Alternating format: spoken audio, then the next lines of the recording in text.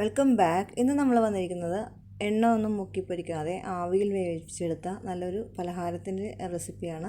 സ്കൂളൊക്കെ വിട്ട് വരുമ്പോൾ കുട്ടികൾക്ക് കൊടുക്കാൻ പറ്റിയ നല്ലൊരു ഹെൽത്തി ഒരു അടയുടെ റെസിപ്പി എന്ന് തന്നെ പറയാം. ഇതിൽ ഇപ്പം ധാരാളമായിട്ടും മാങ്ങയുടെ സീസൺ ആയതുകൊണ്ട് മാങ്ങ ധാരാളം കിട്ടുന്നുണ്ട്. അപ്പോൾ ഇതിൽ നമ്മൾ മാങ്ങ കൂടി ചേർക്കുന്നുണ്ട്.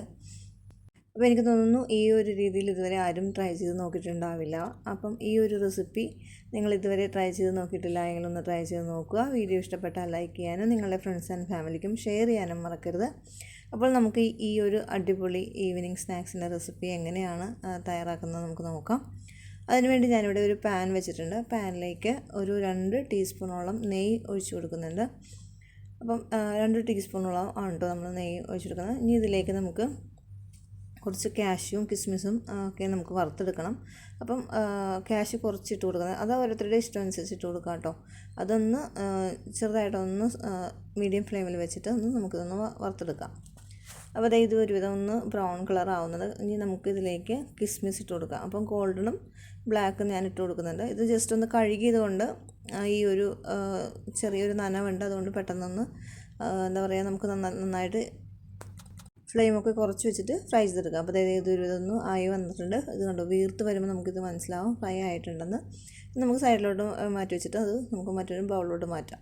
ഇനി നമ്മളിവിടെ ചേർക്കുന്നത് നല്ല പഴുത്ത മാങ്ങയാണ്. ചെറുതായിട്ട് കട്ട് ചെയ്തെടുത്തിട്ടുണ്ട്. നല്ല പഴുത്ത നാരില്ലാത്ത മാങ്ങയാണ് നമ്മളിവിടെ എടുത്തിരിക്കുന്നത്. അത് ഏകദേശം ഒരു കപ്പോളം എടുത്തിട്ടുണ്ട്. അപ്പോൾ ഇനി നിങ്ങൾക്ക് മാങ്ങ നല്ല കൂടുതലുണ്ടെങ്കിൽ അതനുസരിച്ച് എടുക്കാം, കുഴപ്പമൊന്നുമില്ല. അപ്പോൾ ഇതൊരുവിധം ഒന്ന് നന്നായിട്ടൊന്ന് മെൽറ്റ് ആവുന്നത് വരെ ഒന്ന് ജസ്റ്റ് ഒന്ന് വഴറ്റിയെടുക്കുക. ആ പച്ചമണമൊക്കെ മാറുന്നവർ നന്നായിട്ടൊന്ന് വഴറ്റിയെടുക്കുക. ഇപ്പോൾ ഒരുവിധം ഒന്നും ആയിട്ടുണ്ട്. ഇനി ഇതിലേക്ക് 1 കപ്പ് തേങ്ങ കൂടി, ചിറകിയ തേങ്ങ കൂടി ഇട്ട് കൊടുക്കുന്നുണ്ട്. അപ്പോൾ തേങ്ങ എപ്പോഴും എടുക്കുമ്പോൾ ഫ്രഷായ തേങ്ങ എടുക്കുന്നതാണ് ടേസ്റ്റ്. അപ്പോൾ ആ ഒരു തേങ്ങയുടെ ചെറുതായിട്ടൊന്ന് പച്ചമണമൊക്കെ മാറുന്നവരെ ഒരു 3 മിനിറ്റോളം ജസ്റ്റ് ഒന്ന് ഇങ്ങനെ വഴറ്റിയെടുക്കുക. അപ്പോൾ ഏകദേശം ഒരു 3 മിനിറ്റോളമൊക്കെ ഞാൻ വഴറ്റിയെടുത്തിട്ടുണ്ട്. ഇതിപ്പം ഒരുവിധം കണ്ടോ, നമുക്കത് ഇളക്കുമ്പോൾ മനസ്സിലാവും അതിൻ്റെ ആ ഒരു പച്ച വെള്ളമൊക്കെ ഒന്ന് മാറി വന്നിട്ടുണ്ട്. അപ്പോൾ ഇനി ഇതിലേക്ക് നമുക്ക് 2 ശർക്കര എടുത്തിട്ട് ഏകദേശം 1 കപ്പോളം വെള്ളത്തിൽ ഒന്ന് ഉരുക്കി എടുത്തതാണ്. അപ്പോൾ 1 കപ്പ് വെള്ളം എടുക്കുന്നതെന്ന് വെച്ചാൽ നമ്മളിതിലേക്ക് റവ ചേർക്കുന്നതുകൊണ്ടാണ് 1 കപ്പ് എടുത്തിരിക്കുന്നത്. അപ്പം ഏകദേശം 1 കപ്പോളം വെള്ളം ഉരുക്കി എടുത്തിട്ടുണ്ട്. മാങ്ങ നല്ല പഴുത്തതായതുകൊണ്ടാണ് 2 ശർക്കര ഞാൻ എടുത്തിരിക്കുന്നത്. അപ്പം അഥവാ മാങ്ങയുടെ ശർക്കര കൂടുതൽ മധുരം വേണമെങ്കിൽ അതനുസരിച്ച് നിങ്ങൾക്ക് ശർക്കരയുടെ എണ്ണവും കൂട്ടാം. ഇനി നമുക്കിതൊന്ന് ജസ്റ്റ് തിളച്ച് വരെ ഒന്ന് വെയിറ്റ് ചെയ്യാം. ഇപ്പോൾ ഇത് നന്നായിട്ടൊന്ന് തിളച്ച് വന്നിട്ടുണ്ട്. ഇപ്പോൾ ഇതിലേക്ക് ആ ഒരു മധുരം ഒന്ന് ബാലൻസ് ആവാൻ വേണ്ടി കുറച്ച് ഉപ്പ് കൂടി ചേർത്ത് കൊടുക്കുന്നുണ്ട്. എന്നിട്ട് നന്നായിട്ടൊന്ന് ഇളക്കി കൊടുക്കുക. ഇപ്പോൾ ഒരു ഇതൊന്ന് തിളച്ചിട്ടുണ്ട്. ഇത് വറ്റിയൊന്നും പോകേണ്ട ആവശ്യമൊന്നുമില്ല, കാരണം നമ്മൾ റവ ചേർക്കുന്നുണ്ട്. അപ്പോൾ ചെറുതായിട്ടൊന്ന് നന്നായിട്ട് തിളച്ച് വരുന്നവരെ ഒന്ന് ഇങ്ങനെ ഇളക്കി കൊടുക്കുക. ഇനി നമ്മൾ ഇതിലേക്ക് ചേർക്കുന്നത് ഏലക്ക പൊടിച്ചതും ഏലക്കയും ജീരകവും കൂടി പൊടിച്ചെടുത്തതാണ്. അത് 1 ടീസ്പൂണോളം ഇട്ട് കൊടുക്കുന്നുണ്ട്. എന്നിട്ട് അതും കൂടി ഒന്ന് നന്നായിട്ടൊന്ന് ഇളക്കിയെടുക്കുക. അപ്പോൾ ഇപ്പോൾ നമുക്ക് കാണുമ്പോൾ അറിയാം ആ ഒരു ശർക്കര പാനി നന്നായിട്ടൊന്ന് തിളച്ച് വന്നിട്ടുണ്ട്. ഇനി നമുക്കിതിലേക്ക് നമ്മൾ റവയാണ് ആദ്യം തന്നെ ചേർക്കുന്നത്. ഇപ്പോൾ കണ്ടോ, ആ ഒരു മാങ്ങയും തേങ്ങയൊക്കെ നന്നായി വിളഞ്ഞ് തന്നെ വന്നിട്ടുണ്ട്. അപ്പോൾ നമ്മൾ 1 കപ്പ് റവ, വറുത്ത റവയാണ് കേട്ടോ ഇത്. 1 കപ്പ് റവ ഇട്ട് കൊടുക്കുന്നുണ്ട്. ഫ്ലെയിം ഞാനിപ്പോൾ ഒരു ലോ ഫ്ലെയിമിൽ വെച്ചിട്ടുണ്ട്. ഇനി ഇതിലേക്ക് ചേർക്കുന്നത് അരിപ്പൊടിയാണ്. ഏകദേശം ഒരു 3 ടീസ്പൂണോളം അരിപ്പൊടി ഇട്ട് കൊടുക്കുന്നുണ്ട്. 3 ടേബിൾ സ്പൂണാണ് കേട്ടോ അരിപ്പൊടി ഇട്ട് കൊടുക്കുന്നുണ്ട്. അതും കൂടി ചേർത്തതിന് ശേഷം നമുക്ക് നന്നായിട്ടൊന്ന് മിക്സ് ചെയ്ത് കൊടുക്കുക. അപ്പം ശർക്കരപ്പാനി ഉള്ളതുകൊണ്ട് ആ റവ നന്നായിട്ടൊന്ന് കുക്കായി വരും. അപ്പം ഒരു ലോ ടു മീഡിയം ഫ്ലെയിമിൽ വെച്ചിട്ട് നമുക്ക് നന്നായിട്ടൊന്ന് മിക്സ് ചെയ്ത് കൊടുക്കുക. ആ റവ എല്ലായിടത്തും നന്നായിട്ട് എന്താ പറയുക, ശർക്കരപ്പാനിയും എല്ലാം നന്നായിട്ട് ചേരുന്നവരെ ഒന്ന് നന്നായിട്ടൊന്ന് മിക്സ് ചെയ്ത് കൊടുക്കുക. ഫ്ലെയിം കുറച്ച് വെക്കുക. ഫ്ലെയിം കുറച്ച് വെച്ചില്ലെങ്കിൽ പാനി പെട്ടെന്ന് തന്നെ വറ്റിപ്പോവും. പക്ഷേ നമ്മുടെ റവ കുക്കാവത്തില്ല. അതുകൊണ്ടാണ് മീഡിയം ഫ്ലെയിമിൽ വെച്ചിട്ട് ചെയ്യാൻ പറയുന്നത്. ഇപ്പോൾ ഒരുവിധം ഒന്നും ആയിട്ടുണ്ട്. ഞാൻ 1 ടീസ്പൂണോളം കൂടി നെയ്യ് ഒഴിച്ച് കൊടുക്കുന്നുണ്ട്. അതും കൂടി ഒന്ന് നന്നായിട്ടൊന്ന് മിക്സ് ചെയ്തെടുക്കുക. ഇപ്പോൾ നന്നായിട്ട് വെള്ളമൊക്കെ വറ്റി വന്നിട്ടുണ്ട്. ഇപ്പോൾ ഇത് നമുക്ക് കാണുമ്പോൾ അറിയാം നന്നായിട്ട് വെള്ളം വറ്റി വന്നിട്ടുണ്ട്. ഇനി നമ്മളിത് മാറ്റുകയാണ്. അപ്പോൾ നമ്മൾ ആദ്യം തന്നെ വറുത്ത് വെച്ചിരിക്കുന്ന കിസ്മിസും അണ്ടിപ്പരിപ്പും ഇതിലേക്ക് നമുക്ക് ഇട്ട് കൊടുക്കാം. അപ്പോൾ ഞാൻ അതും കൂടി നന്നായി ഇട്ട് കൊടുക്കുന്നുണ്ട്. എല്ലാം തന്നെ ഇട്ട് കൊടുക്കുന്നുണ്ട്. അതിന് ശേഷം നമുക്കൊന്നും കൂടി ഒന്ന് മിക്സ് ചെയ്തെടുക്കുക. അപ്പോൾ ഞാൻ ഫ്ലെയിം ഓഫ് ചെയ്തിട്ടുണ്ട്. ഓഫ് ചെയ്ത ശേഷമാണ് ഈ ഒരു കിസ്മിസ് അണ്ടിപ്പരിപ്പ് ഇട്ട് കൊടുക്കുന്നത്. അപ്പോൾ അത് നന്നായിട്ടൊന്ന് മിക്സ് ചെയ്തതിന് ശേഷം ജസ്റ്റ് ഒന്ന് ചൂടാറാൻ വേണ്ടി നമുക്കൊന്ന് മാറ്റി വെക്കുക. ഒരുപാട് ചൂടാറണ്ട, കുറച്ചൊന്ന് ചെറിയതായിട്ട് ചൂടാറുന്നവരെ മാറ്റി വെക്കുക. അപ്പോൾ അതേ ഞാൻ ആദ്യം തന്നെ ആ ഒരു കിസ്മിസും അണ്ടിപ്പരിപ്പും എല്ലായിടത്തും ആകാൻ വേണ്ടി ഒരു പ്ലേറ്റിലോട്ട് മാറ്റിയിട്ട് നന്നായിട്ടൊന്ന് മിക്സ് ചെയ്ത് കൊടുത്തിട്ടുണ്ടായിരുന്നു.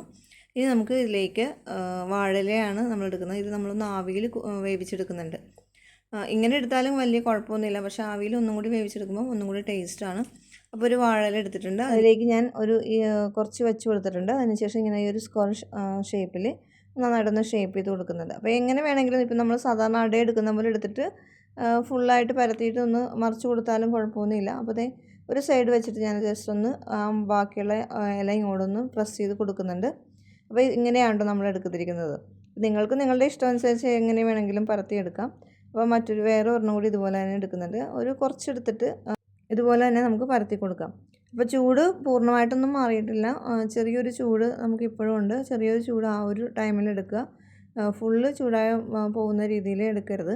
അപ്പോൾ ഈ ഒരു ഷേപ്പിൽ എന്ന് പറഞ്ഞാൽ സ്ക്വയർ ഷേപ്പിൽ ഒരു നീളത്തിലെടുത്തിട്ട് എന്നിട്ട് ഞാൻ ആ ഒരു ഇല ഇങ്ങോട്ട് ജസ്റ്റ് ഒന്ന് പ്രസ് ചെയ്ത് കൊടുക്കുകയാണ്. അപ്പോൾ ഈ ഒരു ടൈമിൽ നമ്മൾ ആവി കയറ്റാൻ വെച്ചിട്ടുണ്ടായിരുന്നു, ഇഡ്ഡലിപ്പാത്രം വെച്ചിട്ടുണ്ടായിരുന്നു. അപ്പോൾ നമ്മളെല്ലാം തന്നെ ഇതുപോലെ തയ്യാറാക്കി എടുത്തിട്ടുണ്ട്. അപ്പോൾ നമ്മൾ ആവി കയറ്റാൻ വെച്ചിട്ടുണ്ട്. അപ്പോൾ അത് ചെറുതായിട്ടൊന്ന് ചൂടായി വന്നിട്ടുണ്ട്. ഇതിലേക്ക് നമുക്ക് നമ്മൾ തയ്യാറാക്കി വെച്ചിരിക്കുന്ന ഈ ഒരു അട ഇതിലേക്ക് വെച്ച് കൊടുക്കാം. അപ്പോൾ ഞാൻ എല്ലാം തന്നെ ഒരുമിച്ച് വയ്ക്കുന്നില്ല, കുറച്ച് ആദ്യം വെക്കും, അത് ബാക്കി പിന്നീട് ആയിട്ടാണ് വെക്കുന്നത്. അപ്പോൾ നിങ്ങളുടെ ഇഡ്ഡലി പാത്രത്തിൻ്റെ അളവനുസരിച്ച് നിങ്ങൾക്ക് എല്ലാം വെക്കുകയോ അല്ലെങ്കിൽ കുറേശ്ശെ വെക്കുകയോ ചെയ്യാം. അപ്പോൾ കുറേശ്ശെ വെക്കുകയാണെങ്കിലാണ് ഏറ്റവും നല്ലത്, കാരണം എല്ലാം തന്നെ നന്നായിട്ട് കുക്കായിട്ട് വരും. ഓൾറെഡി ഇത് കുക്കായിട്ടുണ്ട്, ജസ്റ്റ് ഒന്ന് ആവി കയറ്റിയാൽ മാത്രം മതി. അപ്പോൾ എല്ലാം ഒരു പകുതിയോളം വെച്ചിട്ട് ഞാനിതൊന്ന് ആവി കയറ്റി എടുക്കുന്നുണ്ട്. ഏകദേശം ഒരു 10 മിനിറ്റോളം മീഡിയം ഫ്ലെയിമിൽ വെച്ചിട്ട് മതിയാവും. അപ്പോൾ 10 മിനിറ്റിന് ശേഷം ഞാനിത് മൂടിയൊന്ന് തുറന്നെടുക്കുകയാണ്. നന്നായിട്ട് തന്നെ കുക്കായിട്ട് തന്നെ വന്നിട്ടുണ്ട്. ഇത് കണ്ടോ, നമുക്കിത് കാണുമ്പോൾ തന്നെ അറിയാം. അപ്പോൾ ഇപ്പോൾ ചെറിയൊരു ചൂടുണ്ട്. ചൂടാറിയതിന് ശേഷം നമുക്കിതൊരു മറ്റൊരു പ്ലേറ്റിലോട്ട് മാറ്റാം. അപ്പോൾ ചൂടാറിയതിന് ശേഷം ഞാൻ അതിലേക്ക് മാറ്റി എടുത്തിട്ടുണ്ട്. നന്നായിട്ട് തന്നെ വന്നിട്ടുണ്ട്. ഇത് തുറക്കുമ്പോൾ തന്നെ ഒരു പ്രത്യേക സ്മെല്ല് തന്നെയാണ് കേട്ടോ. എന്താ പറയുക, മാമ്പഴത്തിൻ്റെയൊക്കെ നല്ലൊരു പ്രത്യേക സ്മെല്ലാണ്. അതുപോലെ നെയ്യൊക്കെ ചേർത്തുകൊണ്ട് നല്ലൊരു ടേസ്റ്റ് തന്നെയാണ്. അപ്പോൾ സ്കൂൾ വിട്ട് വരുന്ന കുട്ടികൾക്ക് ഇതൊരു നല്ലൊരു ഈവനിങ് സ്നാക്സ് കൂടി തന്നെയാണ്. അപ്പോൾ ഈ ഒരു രീതിയിൽ നിങ്ങൾ ഇതുവരെ ട്രൈ ചെയ്ത് നോക്കിയിട്ടില്ല എങ്കിൽ ഒന്ന് ട്രൈ ചെയ്ത് നോക്കുക, കുട്ടികൾക്ക് തീർച്ചയായിട്ടും ഇഷ്ടപ്പെടും. അപ്പോൾ വീഡിയോ ഇഷ്ടപ്പെട്ടാൽ ലൈക്ക് ചെയ്യാനും നിങ്ങളുടെ ഫ്രണ്ട്സ് ആൻഡ് ഫാമിലിക്കും ഷെയർ ചെയ്യാനും മറക്കരുത്. അതുപോലെ നമ്മുടെ ചാനൽ ഇതിനു മുന്നേ മാമ്പഴത്തിൻ്റെ അട തയ്യാറാക്കിയിട്ടുണ്ടായിരുന്നു, അത് വേറൊരു രീതിയിൽ. അപ്പോൾ അതൊന്ന് കണ്ടു നോക്കുക. അപ്പോൾ നിങ്ങൾക്ക് ഇഷ്ടമാകും തീർച്ചയായും, അതുപോലെ ഒന്ന് തയ്യാറാക്കി നോക്കുക. അതിനുശേഷം ഫീഡ്ബാക്ക് എന്നെ അറിയിക്കുക. മറ്റൊരു അടിപൊളി വീഡിയോ ആയിട്ട് കാണുന്നവരെ താങ്ക് യു ഫോർ വാച്ചിങ്.